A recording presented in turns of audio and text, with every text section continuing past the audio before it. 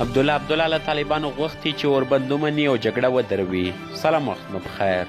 د افغانستان د ملي پخلاینې د عالی شورا مشر عبدالله یو ځل بیا پر طالبانو غږ کړی چې اوربند وکړي او د خلکو دې غوښتنې ته درناوی وکړي. عبدالله د سولې د نړیوالې ورځې په مناسبت په خپره کړي پیغام کې ویلي چې افغان پلاوی له طالبانو سره په خبرو بوخت دی او تمه ده چې دلته روانه جګړه ژر تر ژره ختمه شي.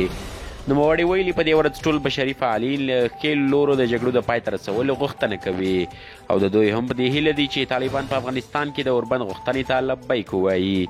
عبدالله وایي ټول افغانان له جګړو ستړي دي او یو ځل بیا یې هیلهمندي ښودلې چې د سولې مذاکرات پای ته ورسیږي او په افغانستان کې د 40 کلنې اوږدې جګړې د پای ته رسیدو سبب شي.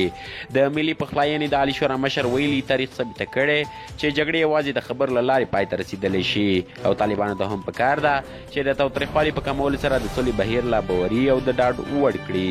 د ملګرو ملتونو عمومي منشي هم د دې ورځې په مناسبت په پیغام کې د جګړې له ښکېلو خواوو د بشري اوربند غوښتنه کړې ده. تر بلې ویډیو مو په لیو بخښونکي خدای سپارم، هر چیرې چې یاست تاسې بریا زموږ دعا.